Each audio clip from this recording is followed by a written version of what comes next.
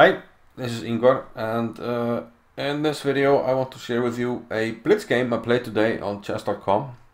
It was a 3-minute game, and my opponent was a Canadian with a high rating, 2447.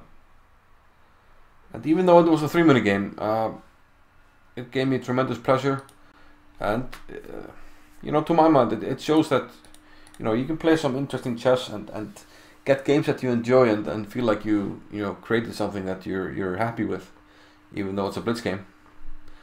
So we had the French defense. This has been my favorite way to meet e4 for most of my career.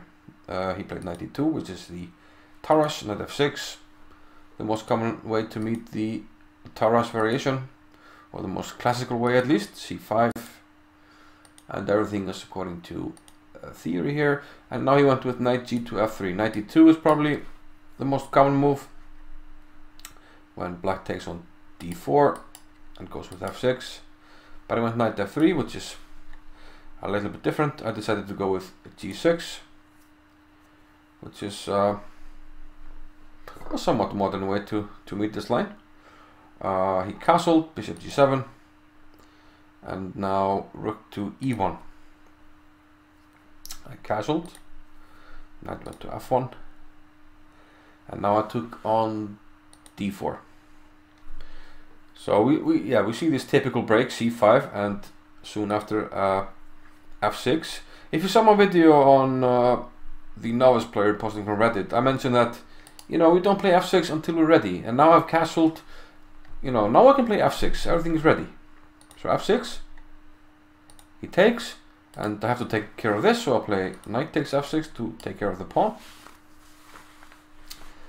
And we have ideas like attacking the d4 pawn. We already have a knight, we can place our queen here, and the knight to pressure, and this knight can go to h5, more pressure. So it's all around, very much revolving around d4. Knight g3. Now I set a little trap. It's a blitz game, so you can kind of go for these things, but I think my move might be a decent option. I want knight g4. So this opens up an attack on d4, but it's also putting some pressure because I have these pieces here, so the knight can't really move, and that combined with the pressure on d4 is difficult to deal with. So the natural move is to play h3, and my opponent did that. But now I get a very good attack and some pressure. Now, having said that, I think my move should be obvious. I played knight takes f2. White has to take, otherwise he's just down a pawn for nothing. So king takes f2. And now I have some options. I can take on d4 or introduce my queen. I went with knight takes d4, which looks very natural. I already got 2 pawns for the piece. He has to spend some time to take care of his king to finish development, and meanwhile I have these mobile center pawns that I can push. He went king g1. Felt a little worried about all the pinning situation. E5 is coming, queen h4, so I went king h1, king g1. Now I took on f3, and since we're attacking, we want to bring all the pieces to the party, and I went with queen to h4, putting pressure here, attacking the knight, and he doesn't have a lot of good options. He went with king to g2, which is probably, well, not probably, it is the best move, because after e5, so I'm playing all these powerful moves, always opening lines.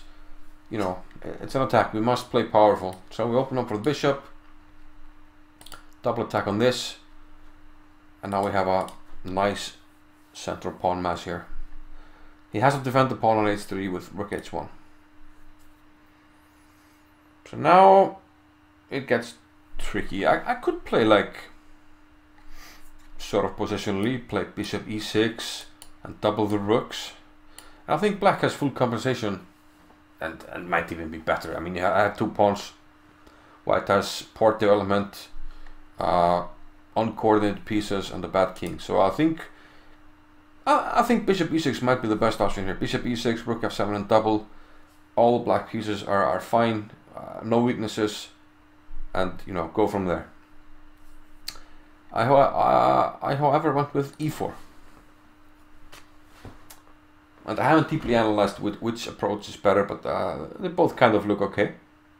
So the idea with e4, it's in line with what I started with knight takes f2. I want to attack, so e4. I'm opening lines. He takes. Why did I play e4? I want to introduce more pieces into the attack.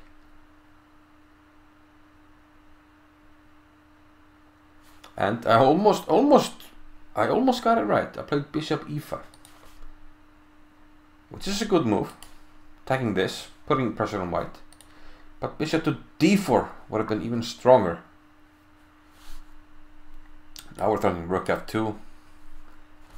And it's just very hard to deal with because you can't use this rook. It's already tied down to h3. So had I found bishop f2, this game might have been even shorter. But I played bishop e5, which was logical at the time. It's a 3-minute game, so it's not going to be perfect. But I thought, no, I like my play nonetheless. Okay, the knight is attacked. What to do? Queen e1. And here it's a little bit tricky. Since I didn't find bishop d4, perhaps white is close to consolidating and I must find something powerful. I went with d takes e4. It turns out that rook f3 is actually quite interesting. And if he takes, I can take on h3 and then introduce the other rook into the attack. That's a bit complicated though, and this being a 3-minute game, I thought I saw something, so I took on e4. Which is okay. I mean, I'm still in the game, but if white plays well, he should be better. He took with a knight on e4. However, I thought that if he took with a bishop, I could take on g3. And he can't take back because the bishop hangs. But of course, I made a small mistake here. Because he can play bishop d5, check. And he escapes, the king must move, and then he takes. Fortunately for me, he took with a knight. And now, what do we do? This was a blunder. And we can take advantage of that with bishop takes h3, which I found. And now, I mean, white doesn't really have any options. King g1, I take the queen, so he has to give up the queen. Rook takes h3. I took the queen. And he only has 2 pieces for the queen. He went rook b1. I mean, this is pinned. What to do, really? He went rook b1. And now, having played a nice game, you know, you kind of don't want to stop. So you keep on trying to find good moves, even though it's a 3-minute game. And okay, I thought I found a pretty good move. It's maybe not the best move, but I played rook f1. Again, this is attacked. He didn't take it, but if he takes, of course I take here, and now this is dropping. You know, that's a caca moment. But after rook f1, he went with bishop to e3. So now it all sobers down. I took on b1. And it's completely winning. I'm up the exchange and 2 pawns, and let's just quickly see the rest. Knight g5, took the pawn, took another pawn, rook check.